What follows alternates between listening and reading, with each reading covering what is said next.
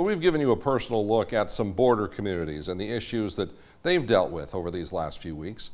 To round out our series of reports, we're going to hear from people at the northern border, a place that often gets less attention but nonetheless has similar concerns. To continue our coverage, we hear from our sister station in Maine and border control north of us in the Grand Forks sector. Sam Wright has the story.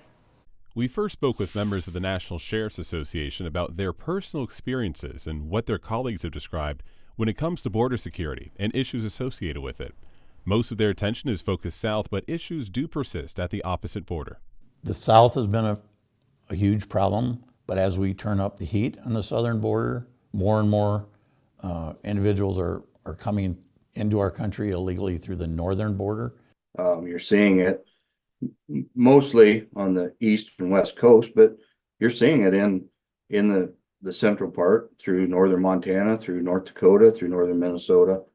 But the most of it's occurring through Washington State and New Hampshire and in those areas. According to U.S. Customs and Border Protection's website, nationwide encounters at the northern border are eclipsing the previous years. By this time last year, there were roughly 98,000 encounters. Now it's roughly 108,000. Brian Bouchard, a reporter at our sister station in Presque Isle, Maine, has spoken with residents in less populated areas. They express concern for their nearly 600 miles of land border with Canada, roughly 200 patrol agents watching it, and the potential for illegal crossings. There's a lot of concern raised when we hear about reports come through from Customs and Border Patrol. There are people that are a little bit on guard. We receive photos from viewers sometimes of Border Patrol stops, and they wish to remain anonymous or withhold their name for fear of any type of retribution. These are a few individuals crossing at a time, trying to remain unseen in the woods of northern Maine. Closer to our area in the Grand Forks sector, there have been incidents such as this where 67 firearms were seized after reports of suspicious activity.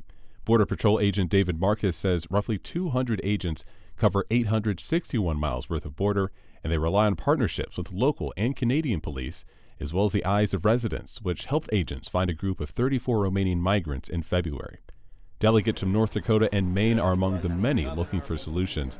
But Bouchard tells us a long-term solution has been tough to achieve, even for the most seasoned lawmakers in Washington.